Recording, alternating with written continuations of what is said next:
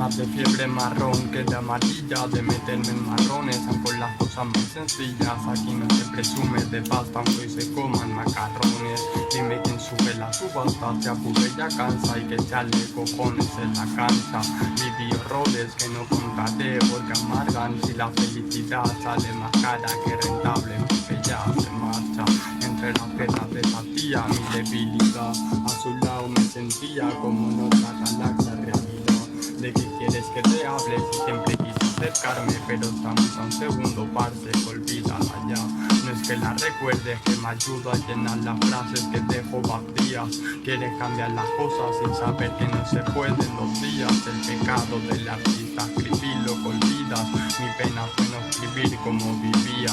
Ahora no sé vivir y no sé cómo coño lo hacía. Me levanto sin energía pero feliz. Sin nada intento, a nadie defraudo. Momentos tensos que fraguaron lo que intentamos, lo logramos, alargando esto más que el internado.